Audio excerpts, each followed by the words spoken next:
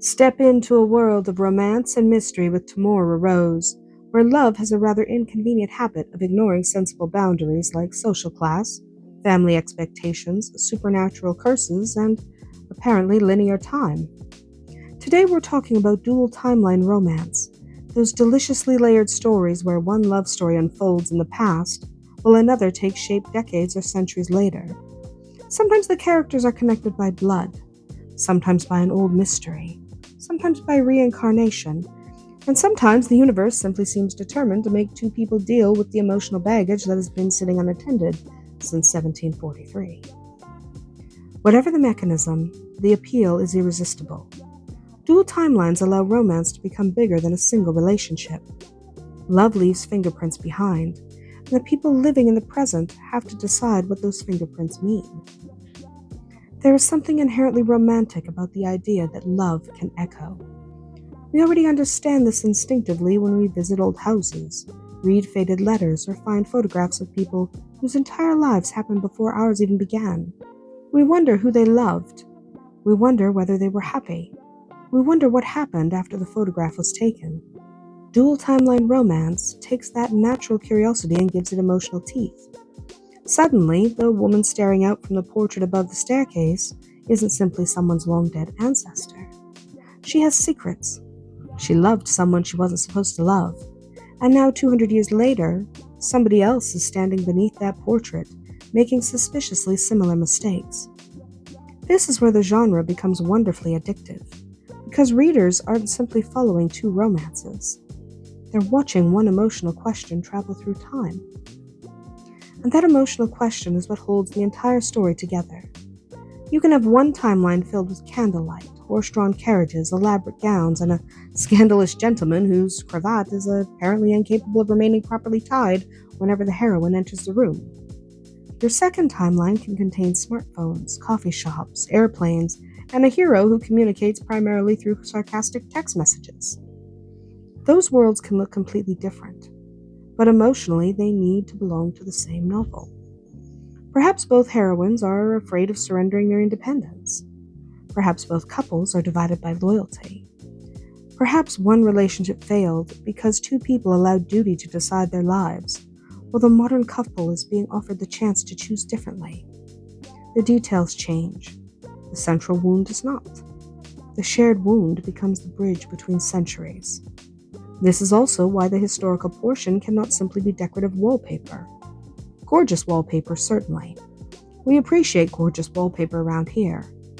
But the past needs to actively affect what happens in the present.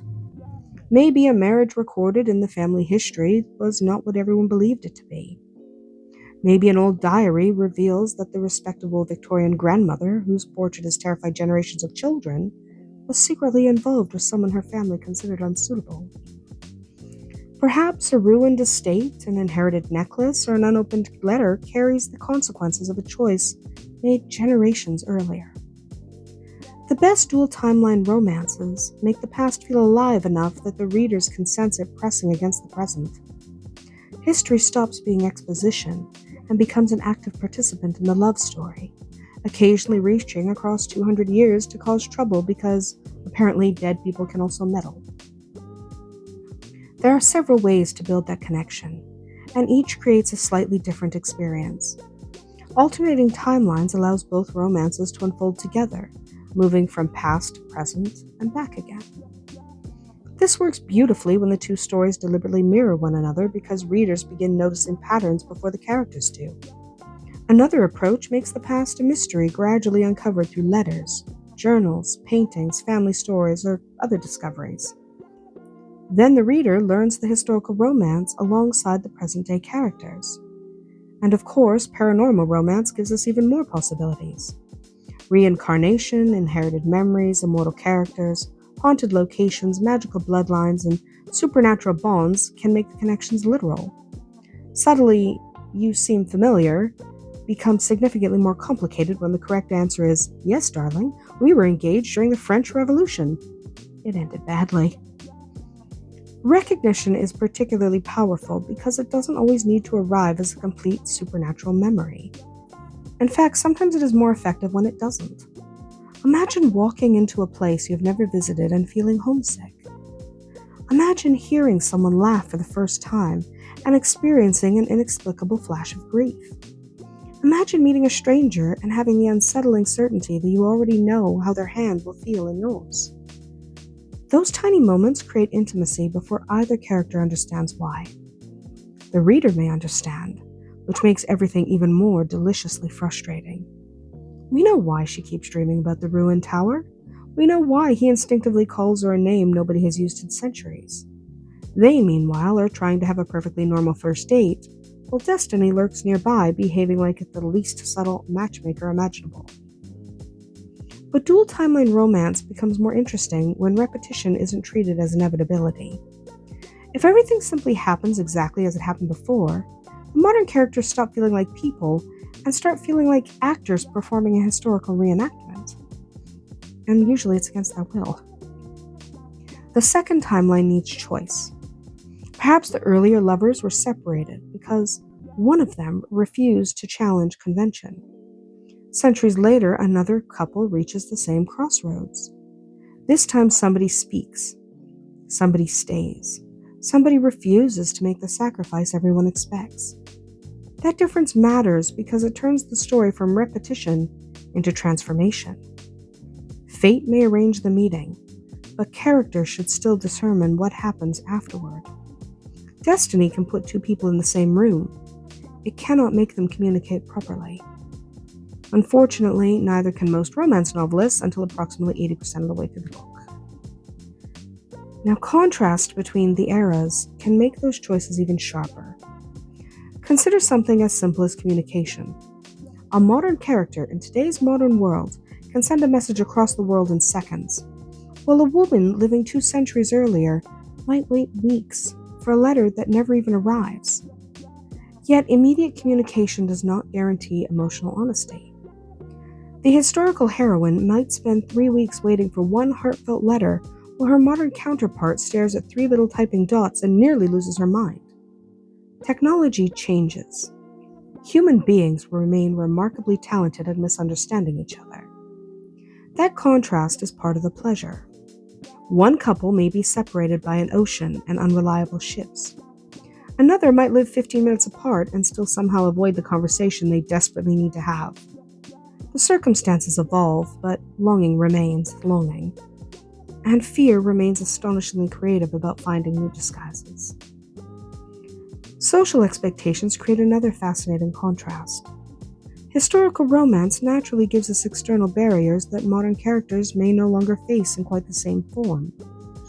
Class and inheritance, reputation, arranged marriages, gender expectations, religion, family obligation, and even political alliances can make love genuinely dangerous.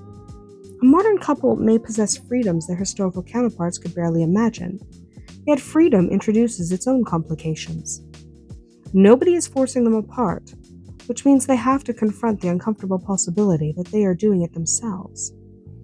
That creates a wonderful emotional conversation between timelines.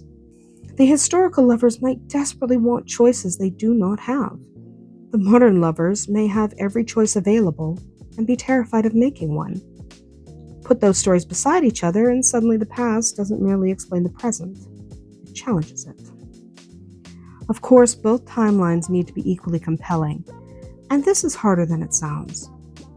Every reader of a dual timeline fiction has probably experienced that tiny flicker of betrayal when a chapter ends at the most dramatic possible moment, and the next page announces we are now 200 years somewhere else. Excuse me? Someone was about to confess something. We have unfinished business here. That frustration can actually be useful when both timelines are strong, because it keeps readers moving. The danger comes when one storyline feels like homework standing between us and the romance we actually care about.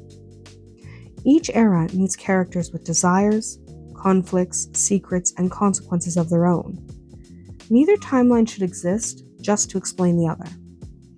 They're 2 complete stories that become more powerful because they are speaking to each other. That conversation becomes equally important when the earlier romance ends badly. Dual timelines are uniquely suited to stories about unfinished love because the second era can provide that emotional resolution without pretending the original tragedy never mattered.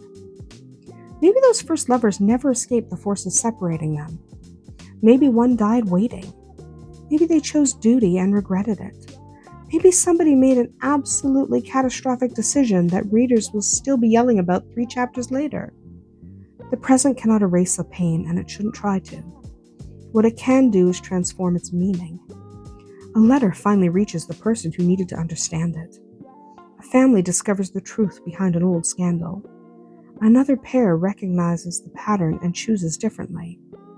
The past remains tragic, but tragedy is no longer the final word. This is where dual timeline romance can become surprisingly profound beneath all the corsets and the ghosts, the mystery lockets, and the men staring moodily across windswept moors. These stories are often about inheritance, but not simply money or property. We inherit stories. We inherit assumptions. Families pass down warnings without remembering where those warnings began. Places collect memories. Objects acquire meaning. Sometimes people spend their lives responding to events that happened before they were born without realizing it. Romance gives that idea an intimate focus. A character may uncover an old love story and suddenly recognize something about her own. She isn't required to repeat another woman's life, but understanding that life allows her to see her choices more clearly. The past becomes useful, not because it controls the present, but because it finally becomes understood. And if we add paranormal elements, we can push that idea even further.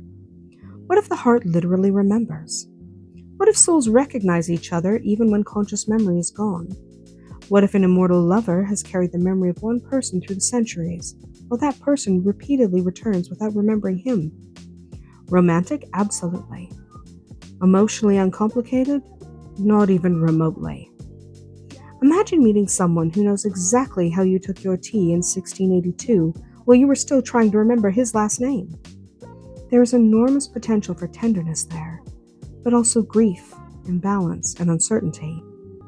Does he love the person standing before him, or the person she used to be? Does she owe anything to a previous life? A strong paranormal romance lets the supernatural premise create harder emotional questions rather than conveniently answering them. The ending, then, has an enormous job to do. It has to satisfy the romance unfolding now, while also acknowledging everything that came before. That doesn't necessarily mean both timelines require happy endings. Sometimes the heartbreak of the historical story is exactly what gives the present-day resolution its weight. What matters is that neither story feels discarded. The reader should understand why these particular lives were placed beside one another, and what changed because they were.